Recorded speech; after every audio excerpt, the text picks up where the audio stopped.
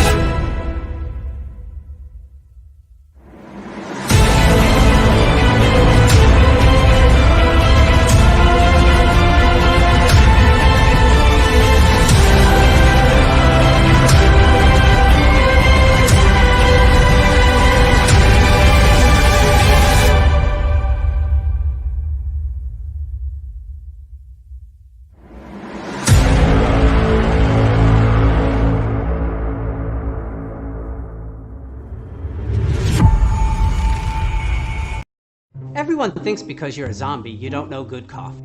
Well, they're wrong. There's only one brew that gets my seal of approval. Deadly Grounds coffee is my guilty pleasure. The aroma is so intoxicating. It brings all of my neighbors out of the woodwork. Deadly Grounds coffee.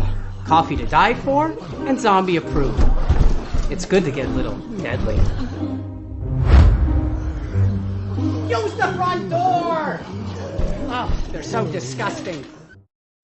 Hey, happy Tuesday and happy Valentine's Day, everybody. You're watching Splash Pages. My name is Leo. I'm the monkey behind the keyboard here. You know, we have an amazing guest tonight, so we're going to try to get to it right away. But with us is Jar Jar. How's it going, bud?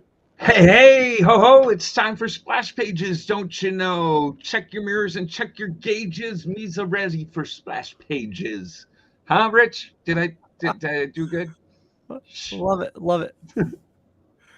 I liked it. It was very good. Good evening, all. It's Tuesday night, and you know what that means. It's time for Splash Pages.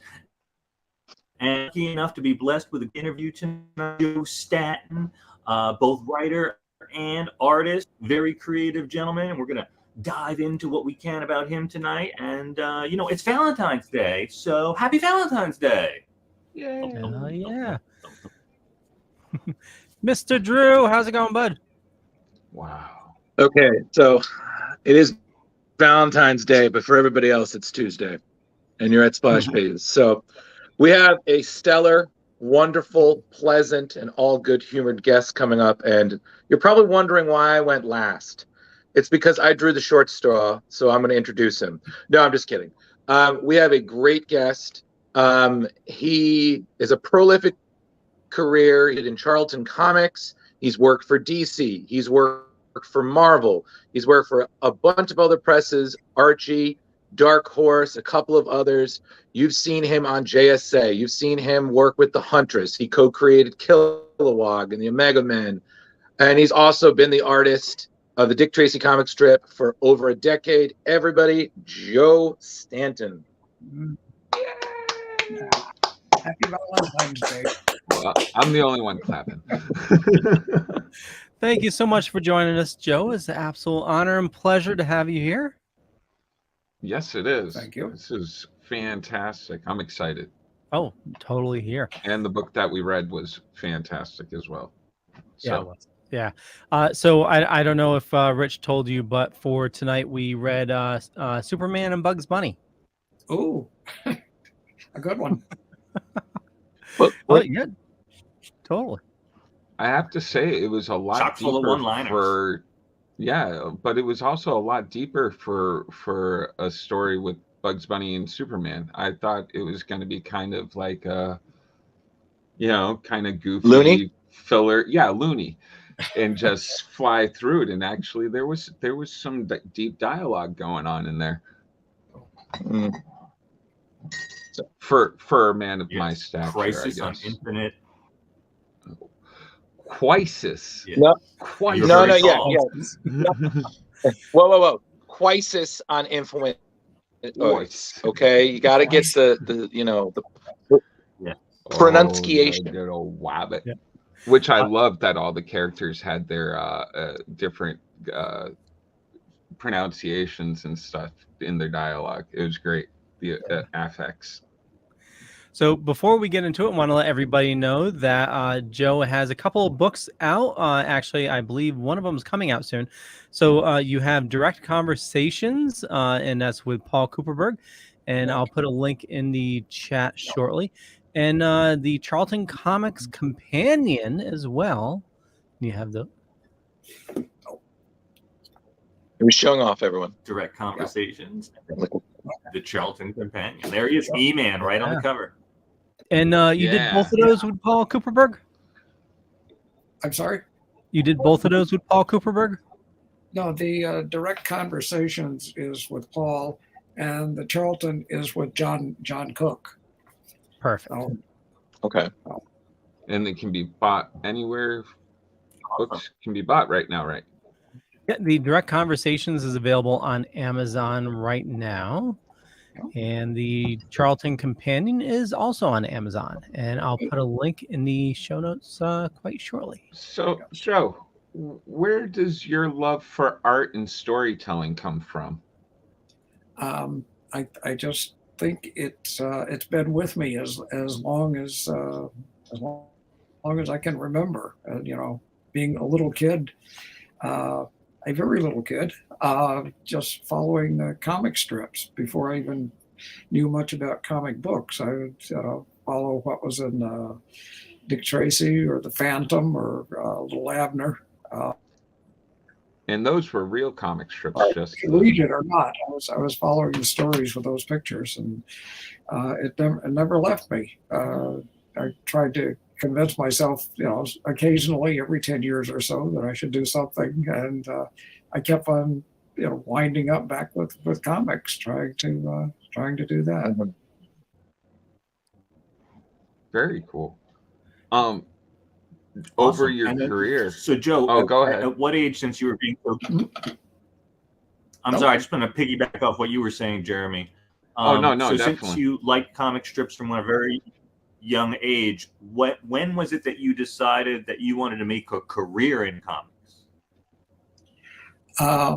I think I became aware that actually people drew these things, that somebody made them, is when Julie Schwartz started running people's names and addresses in letter columns. And I had a couple of letters. I was, 12, 8, I don't know, something like that, in Julie's letter columns. And so there was like the feeling that I was reaching out to something out there. So I guess that's when it came to me that it might be something to follow up on. I know this is ridiculous, but do you still have those issues that you wrote those letters in? I do, yes. Oh, that is fantastic. And I had to deal with the heartbreak of being times.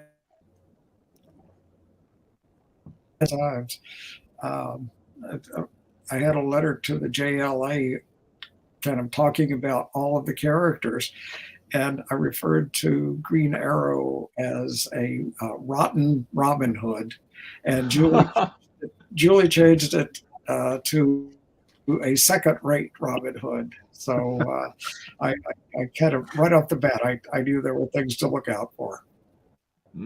That's very cool. And he softened the blow for you. Yes, right. Your first edit. Yes, my first edit. I learned to live with it. So, from what I have read, you started having created both Huntress and Kilowog. Can you tell us what was your inspiration for those characters?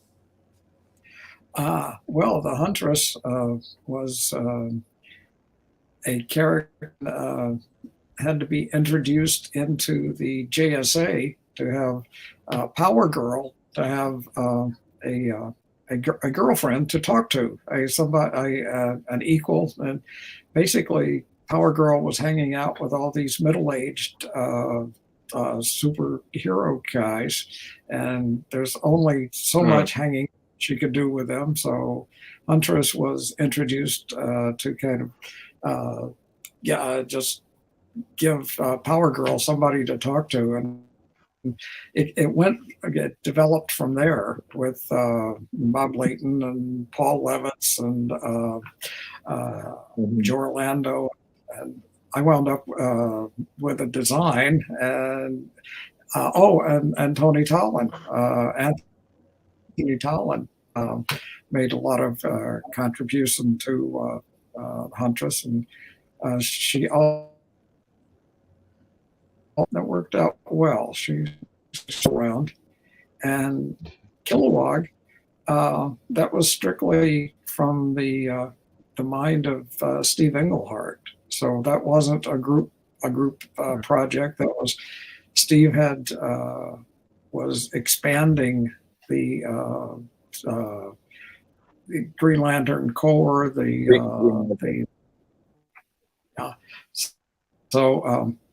And Kilowog was one of the new characters he was introducing, and he told me what kind of character he was. A big lumpy guy with looks very, very intimidating, but he has a heart of gold.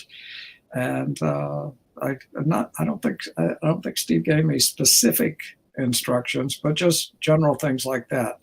And so with Kilowog and a bunch of other characters that we came up with new characters.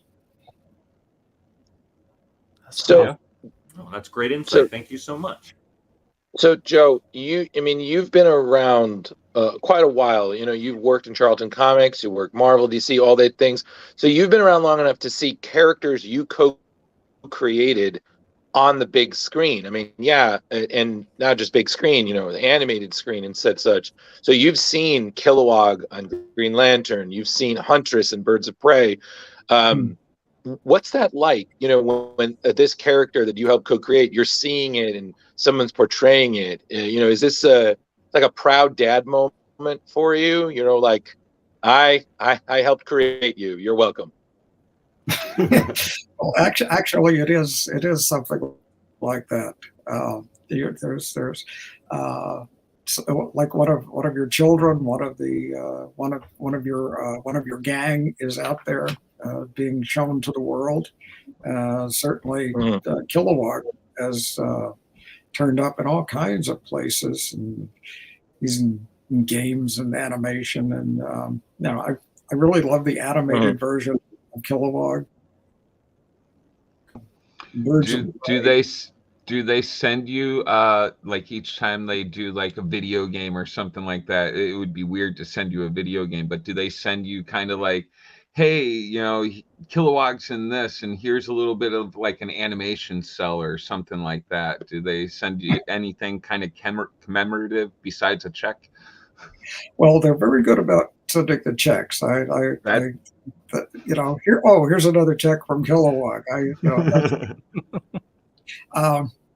And as long as Paul Levitz was feed yourself. Oh yeah. When Paul was at DC, he always made sure that I got a memory of the character. I got some nice action figures and oh, that's cool. And the upscale action figures and he made sure I got stuff like that. It kind of went away after Paul went away, but I still occasionally get something like that. But the coolest thing I got was from outside DC. It was a fan's initiative. There was a fan who was working in a theater at the time that the Green Lantern movie was coming out, and for the characters, there were huge banners hanging in the theaters of the different characters.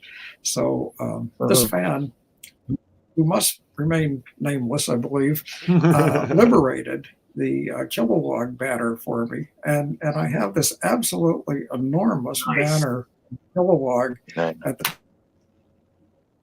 You sound like a collector like us, so that must have been insanely cool. It was, yes. He also liberated some film stock with Kilowog. Oh, yes. Oh, wow!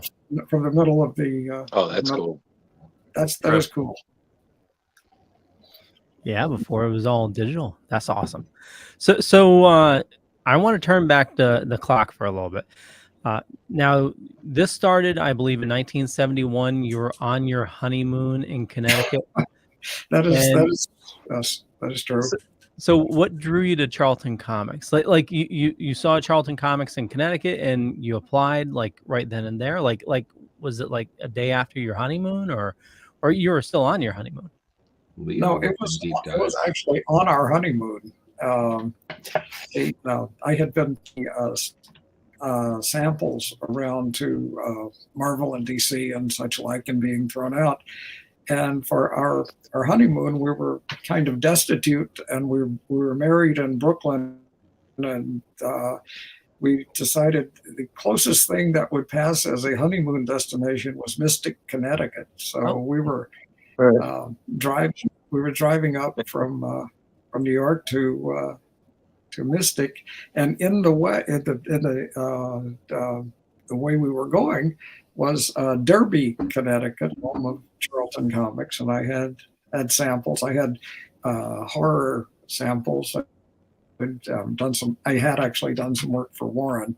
So on our way, we stopped. He called in, and I called Joe Gentile and asked him if I could come in and bring some samples. And I actually went in with my wife. They gave me work. They liked it. So they decided I was not refined enough for romance comics, but I could pass for the horror comics. So that's what I'm still doing. So go with it. I was suddenly turning up in comic books next to Steve Ditko. That's fine. That's good. Yeah. So I actually live right outside of Mystic. Where did you go in Mystic? Not very far. Just whatever we could kind of see in passing. We were too broke to see much. So and the weather was very bad. So. You mentioned you weren't ready for the romance comics. So it was Jose Luis Garcia Lopez was doing the romance comics at Charlton at that time. He was doing a lot of those, and even at that time they were brilliant. So just what you would expect from him. Sending it in from Argentina. So and they actually gave me a couple of his pages. If I wanted to aspire to doing romance, look like Jose. Yeah, that would have been a good thing. Looking like Jose. Yeah, not a bad thing. Do you ever go back and look at your work and be like, man, I could have fixed this? I kind of like, oh, this needs some tweaking, or this is too dark over here, or anything like that. Yeah, I do find things like that done very quickly. So I always think that I do the best I can in the time I have. So if I had another day, I would have a little more shadows, or maybe the fashions would look a little better. But I try not to regret things that don't come out quite as I planned. Sometimes I do, but with that, what would you say is your favorite comic-wise art piece that you've done? Oh wow. Well, I guess in the original Charlton run of E-Man would be E-Man number 3, which introduced Michael Mauser, the detective,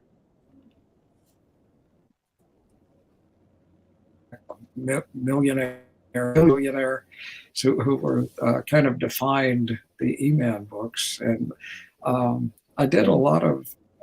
For some reason, I actually had time, or put the time in, to do a lot of kind of Eisner-ish lighting and a lot of rain, such like that. So it was very early, but I was very pleased with that. Yeah. And there have been another thing that I was really proud of is an anti-landmine book that I did.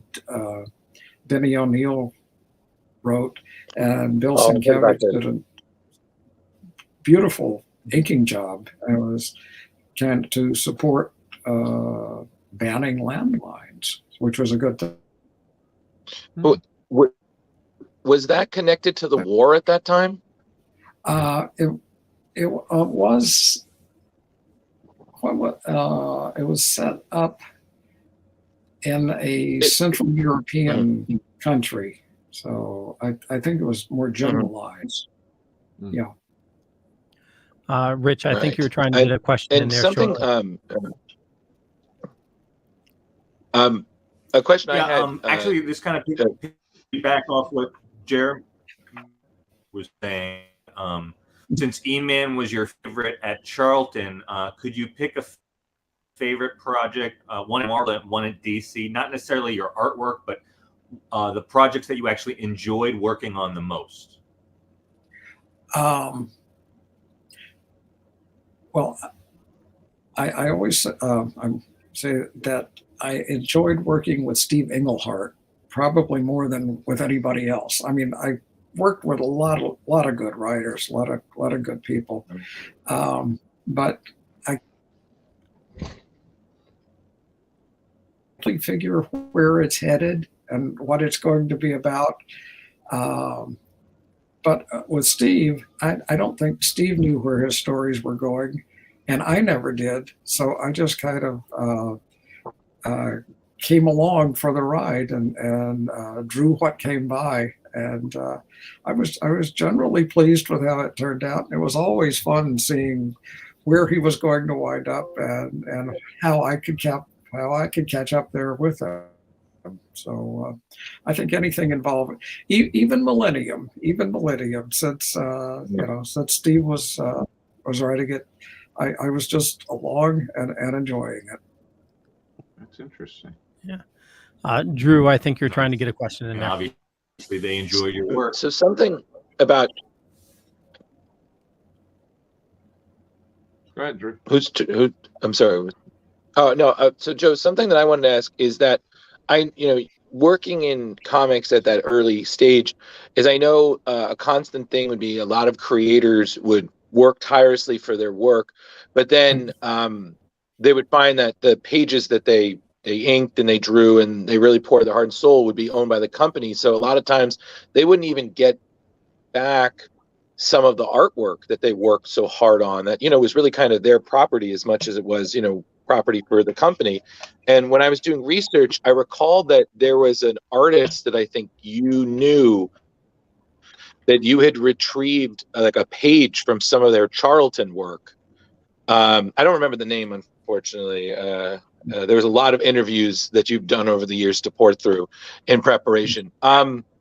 What's your thoughts on that? I mean, now, people are selling people's original art online, and people like us collectors, we can own a page from our favorite comic for however much money. What's what's your thought on all that?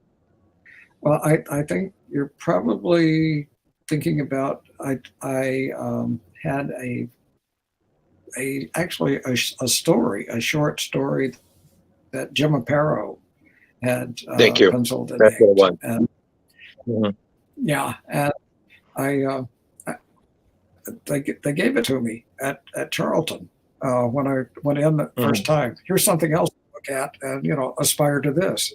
If you can't be Jose, be Jim Aparo. Okay, I think I picked up more with Jim, but I loved his work, and there was a con. It's very rare for Jim to come to cons, but he was at a con, and I made a point of taking that story and giving it to him. And he said it's the only art he'd ever gotten back from Charlton, so he was very pleased at that. And a lot of the Charlton art, I didn't actually see this happen, but it was used as like blotters on the floor in the rainy season, and it was generally kind of stacked up and used as scrap around the office. So for a long time, none of it came back to anybody. Unfortunately, when Nick Cuti was writing E-Man, Nick was also the assistant editor at Charlton. So Nick salvaged E-Man art for me. Otherwise, that it would have been gone. So when a few years ago, we did a collection of the original art from the E-Man book, and I still had the art, so we could do new scans. So if Nick had not.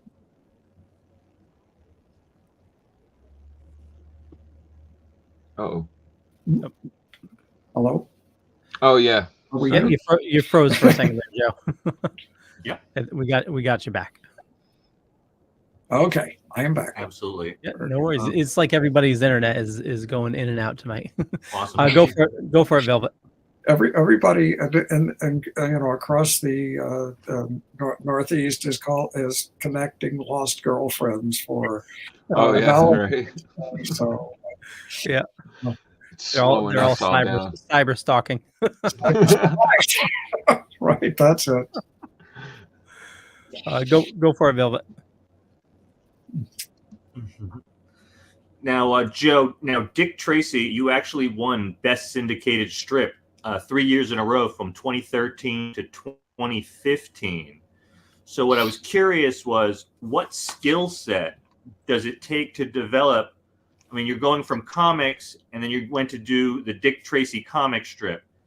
I imagine there is a skill set that the average comic book artist does not have, that you had to learn very quickly, obviously to an award-winning degree. So congratulations on that. But what would that be? I think the main thing is, like I said, I had been following strips like my entire life, so I had a lot to fall back on there. But I think if we're doing comic books, you have more flexibility with the way the page is broken down. You have lots of different angles and things that just the way physically on the page, and so you can solve a storytelling problem by the way you break the page down. But with a strip, it's just a strip. It's we normally had 3 panels in a row, a bit more on the Sundays, but basically, and it's kind of good to look at what Chester Gould could do with just a few panels in a row. And sometimes looking at things like, what did Alex Toth do with Zorro? And that was not breaking a page down in any exotic way. That was square panels, and you can set up your story very convincingly just with what's available to you in the strips. So I think that's the main difference. I mean, there's different for the writing. There's different pacing for the stories, and I'm trying to figure out how many days have actually taken place in your strip. Dick Tracy's been dragged behind a car for like 2 months, and suddenly it's the next day and he's okay. But nice. So now, sorry, go ahead. Oh no, go ahead, Leo. Thanks for the detail. Thank you. Totally. No, you go. Nope. So, I read that Guy Gilchrist has listed you as a strong influence of his. Did he ever communicate that with you? Have you, the two of you, discussed? Like has he discussed that with you?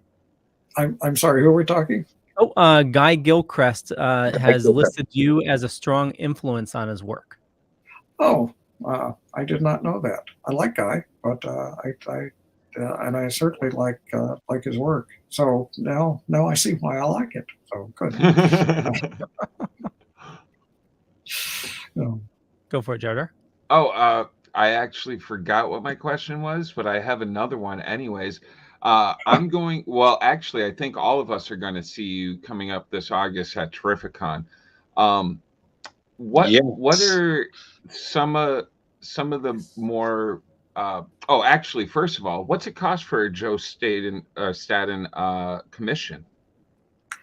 Depends on what you're doing. Anywhere from an easy head sketch for $100 to a kind of heavy, difficult full figure for around $500, something like that. So it's a range. They're actually not that expensive, Joe. You need to up your prices. That's what my wife does. I probably but I'm not sure I'm going to Terrificon. I haven't heard anything about that. But I thought that was on your website. Is it? Oh, I was there. I was there last year. Oh, maybe it was for last year. Maybe you haven't updated. Yeah. Yes. I have not updated my website since 2000. Yeah, I saw you. Something like that.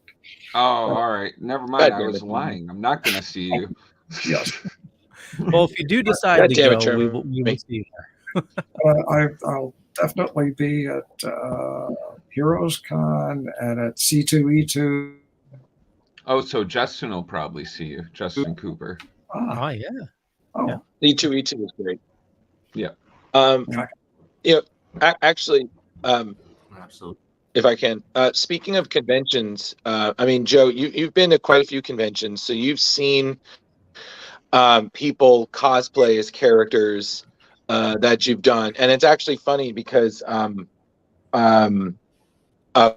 couple of friends of mine did a Justice Society group. It was around Comic-Con, I think it was 2018, and you actually showed up, and you took a photo with them, and they signed it, and look at him. and I, you know, and it was, and I was like, oh man, he's gonna be on the show. I gotta remember this. And my friend showed this to me, and I said two things. One, I was like, that's fantastic, and second, that was my idea, but I'm just gonna let you all have that. And I keep. And then the second thing. No, yeah, go. No, you were saying, sir. Yeah, go for it, Joe. No, I was just saying that I do keep a copy of that photo out, somewhere all the time. It's inspiration. So you talk about seeing your characters in life. Seeing cosplayers is real close to that too. That's awesome. So, and then the second one is I had a friend. I had a friend who dressed as Earth 2 Huntress, and she took a photo with you, and she showed it to me. And I said to her, I said, the goal is to do a costume so well that someone looks at you the way Joe is looking at you in that costume. I was like, that's just gold. Yeah. That's just cosplay, because that's just proud dad right there. That, like, my daughter is gorgeous. Nobody else is, y'all better come up, because no villains, only heroes. And Earth you 3, will no. notice she's at least a foot smaller than I am. Oh, for real? Probably 2. 100%. Yeah. Yes. 100%.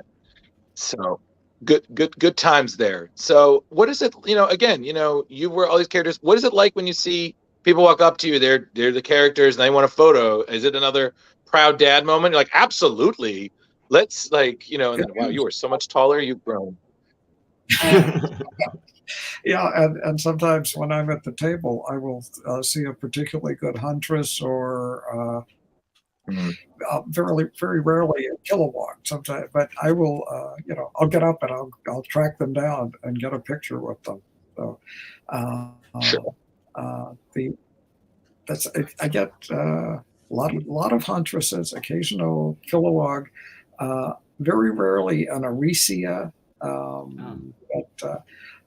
And there are some of the other characters fallout from them. I take a lot of pictures with the Earth 2 Robin, who's part of Huntress's family. So yeah, it's cool.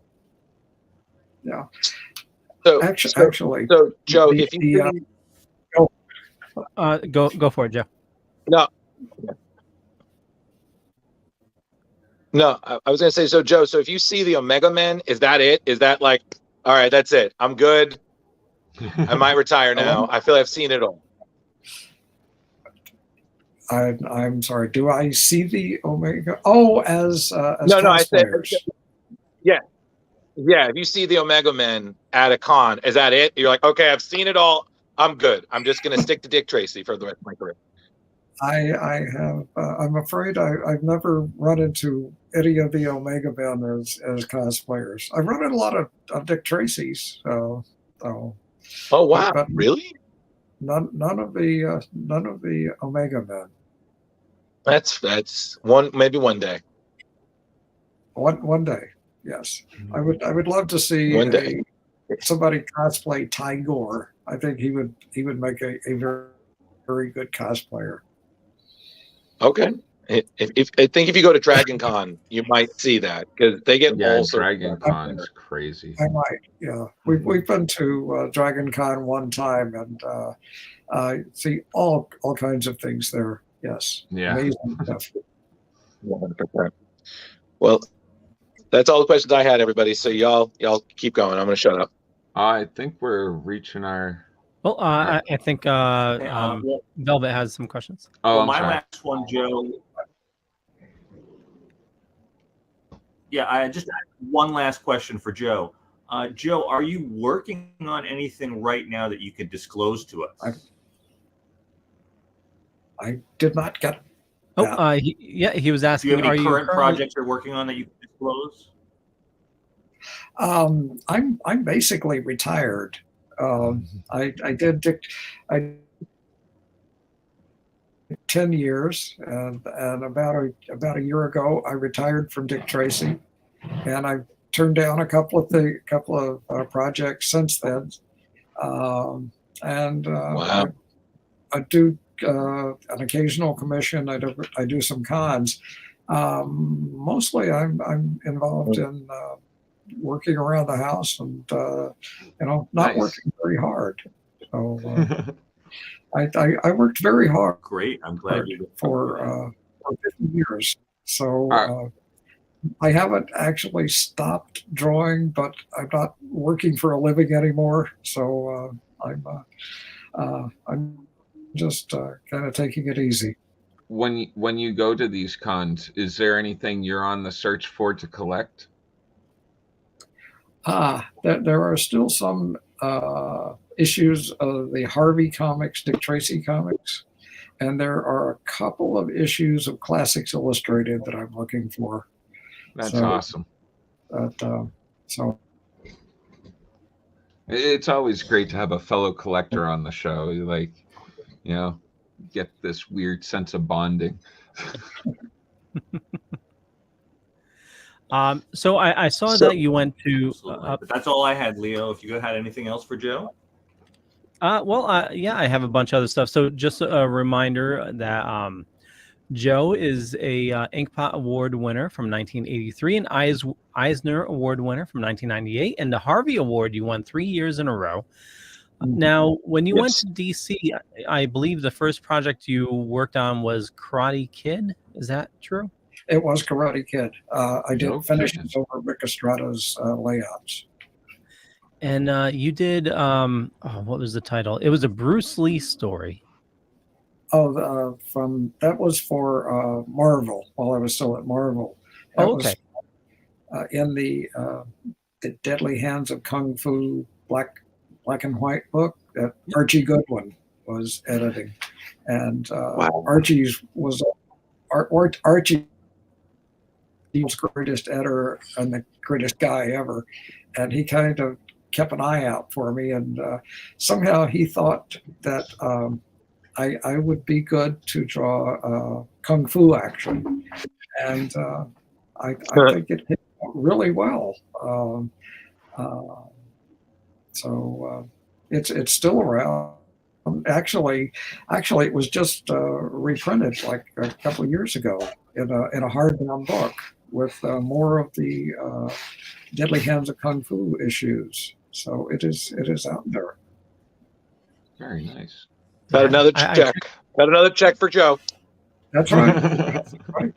Roy Thomas says, at our age, everything we ever did is going to be reprinted now, and even if it hasn't been reprinted, the next Marvel arc, Kang the Conqueror is the villain, and I inked a bunch of Avengers where Kang was the villain, and those are all being reprinted.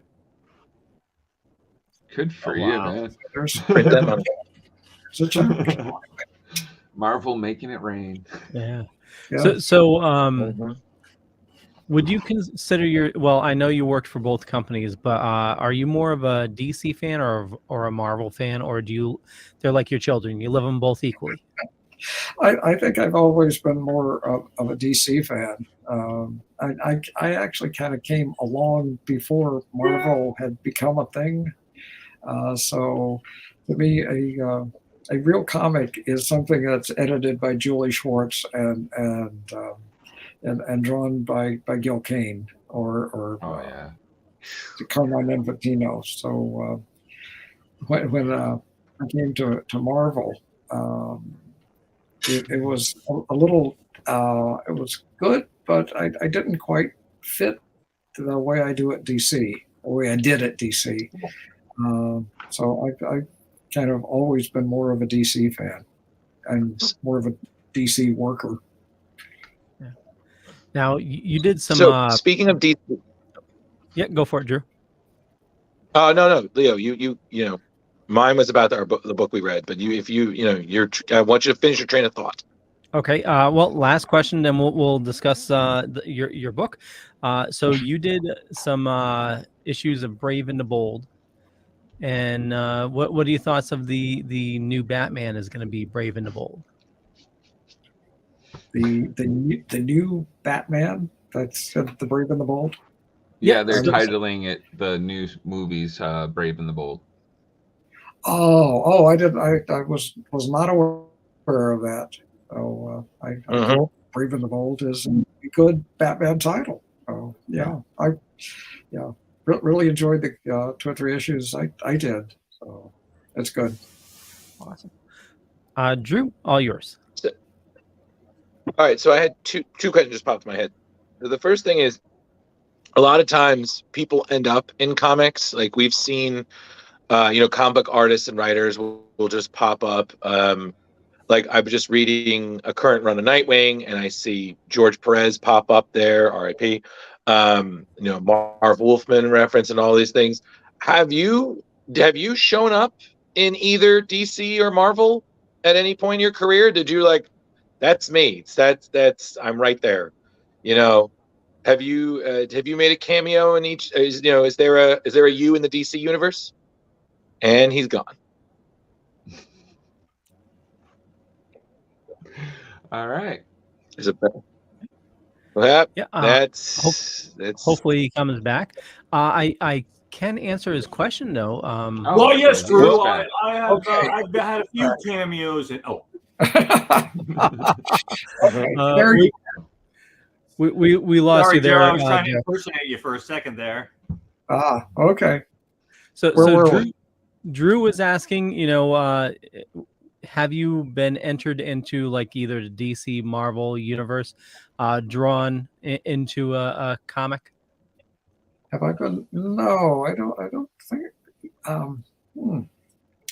I don't think so. No. Yeah. I believe you and your wife were drawn into the famous Superman, Muhammad Ali. Oh, are you on that cover? I think that was done before I.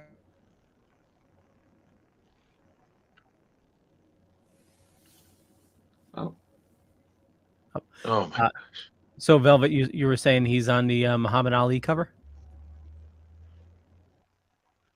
Oh, we lost Velvet too. I believe I read that you were drawn. We lost him again. Okay, what were you saying, Leo? Because I have the cover right here. If you want me to look. Crisis on Infinite Screen. What? Crisis on Infinite Screens. I believe he was drawn into a Dick Tracy comic after he retired. Oh, no kidding. That would make sense. I believe him and his wife were drawn into a Dick Tracy comic. Any minute now. Well, any minute. Yep. Is it? Do you think it's the green? So, shall we start the book? There you go, Joe. Yeah, he's back. We're back.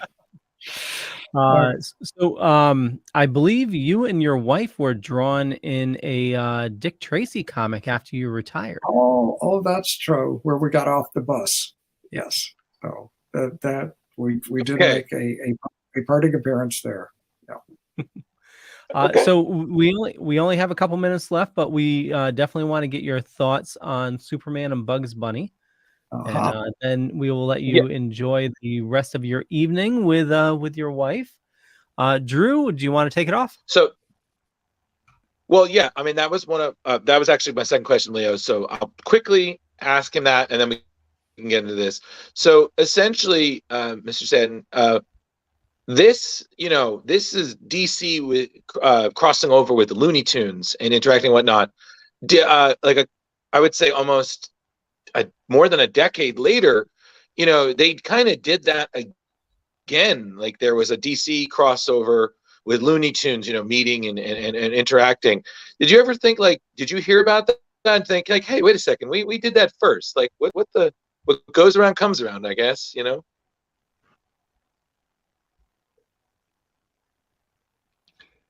and continuity.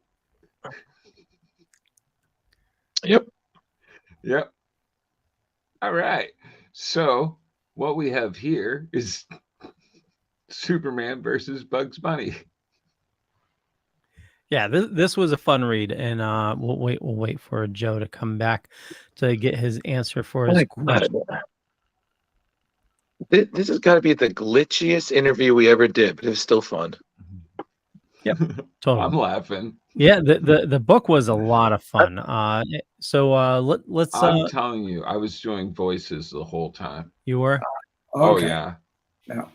He's there. My Elmer Fudd's on point. Come back, Joe. So Drew was asking, you worked on Superman and Bugs Bunny, and then a ways after, they started doing more Looney Tunes crossovers. Right. Were you like, hey, we did it first? What were your thoughts on that?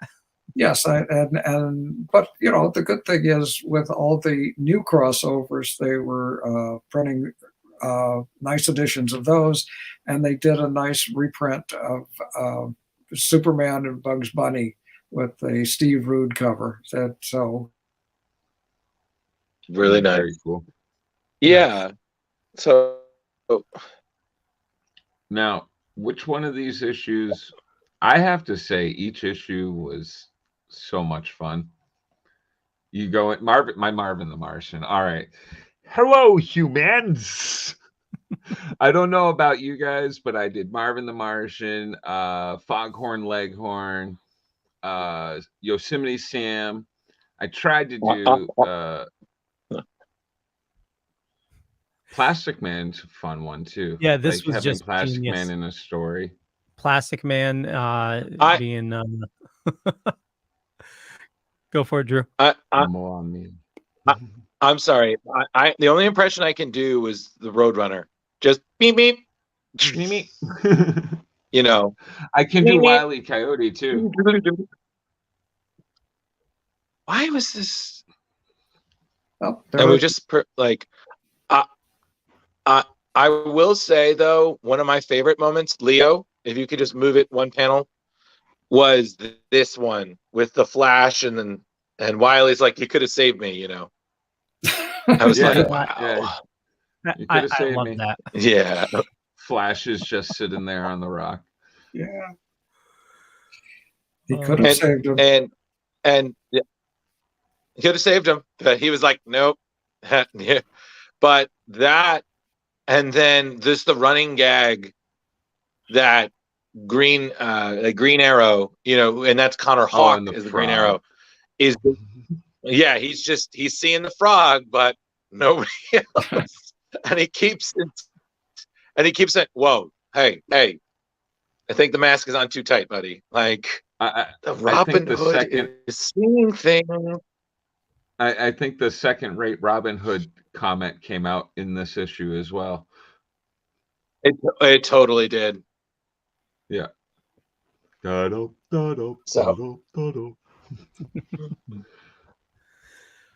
I know we will wrap things up. I'm gonna stop sharing right here. So Joe, and we lost Joe again. Damn it. Okay. Hi, Joe. We'll wait for him to come back. Then we'll wrap it up. Yeah. Where'd Velvet go? Like, I'm sorry, Carrie. We lost the clown. Yeah. Thank you, Carrie. She said this is the best Valentine's Day I've had in years with the internet issues. Thanks for the show, guys. It's been great to hear your stories, Joe. I was. You're welcome. I was gonna say that the issues are all the single people going on to Pornhub, but the single people. All the single God people. damn it, Leo. Mrs. Right. Pond, take your boy. Yeah. But- I'm going to hell. Anybody doing anything special after you turn off? That is for Splash Pages after dark. So yeah. Oh. That means you've tasted one of these. Yep. Joe, since we have you back now, we'll wrap it up. I want to thank you so much for joining us this evening. Where do you like people interacting with you on social media? Well, I'm on Facebook fairly often, so that's always good. I think I'm still on Twitter, but Facebook is best. Sounds good. And if you can stay with us until the stream ends so we can get your audio. And Drew, wrap us up real quick. Hello. Thank you for joining Splash Pages. And stay tuned for a very special Splash Pages After Dark. But until then, I'm Drew Mollo. I'm on Facebook. I really don't want to, but I'm still there. I do stuff with Screen Rant. I'm here. I'm there. I'm everywhere. I don't know why I'm rhyming. Jeremy's rap and beginning was so much better. And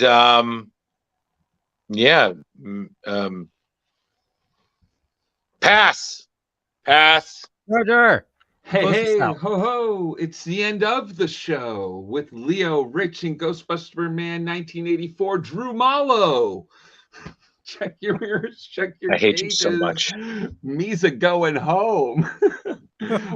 Check me out on, hold on, I wasn't done. I got Facebook and Comic Book Lovers Auction House and all that other good stuff. All right, I'm done. Thank you so much.